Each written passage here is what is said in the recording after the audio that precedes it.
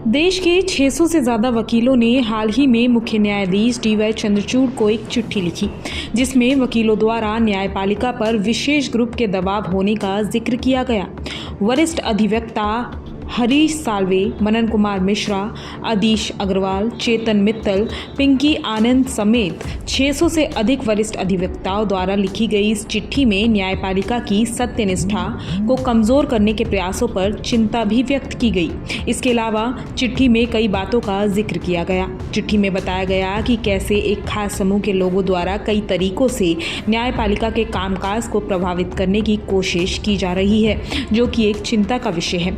खास बात यह है कि वकीलों द्वारा सीजीआई को लिखी गई चिट्ठी पर प्रधानमंत्री नरेंद्र मोदी ने अपनी प्रतिक्रिया दी है।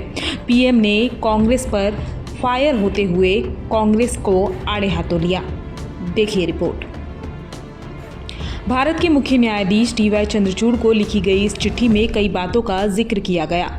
वरिष्ठ वकीलों ने सीजीआई को पत्र में लिखा कि एक खास समूह है जो अदालती फैसलों को प्रभावित करने के लिए दबाव डालता है।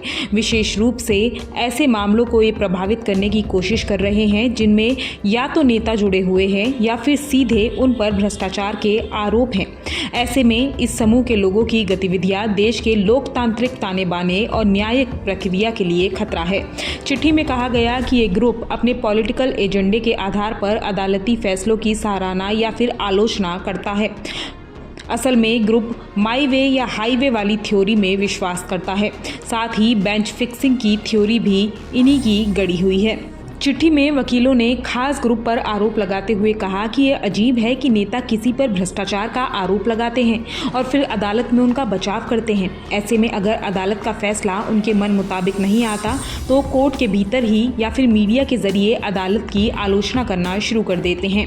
वकीलों के समूह ने चिट्ठी में लिखा कि चुनावी मौसम में एक खास समूह कुछ ज़्यादा ही सक्रिय हो जाता है। ऐसा ही साल 2019 के लोकसभा चुनाव के दौरान भी देखने को मिला था। इसके साथ ही सुप्रीम कोर्ट ने इन वकीलों ने गुहार लगाई कि इस तरह के हमलों से अदालतों को बचाने के लिए सख्त और ठोस कदम उठाए जाएं। बता दें कि देश के इन वकीलों की शिकायत और सीजीआई से की गई इस अपील के बाद प्रधानमंत्री नरेंद्र मोदी ने एक पोस्ट लिखा, जिसमें वह कांग्रेस पार्टी पर गरजते हुए नजर आए। सोशल मीडिया प्लेटफॉर्म एक्स पर लिखे गए इस पोस्ट पर पीएम ने लिखा कि दूसरों को डराना धमकाना कांग्रेस की पुरानी संस्कृति है।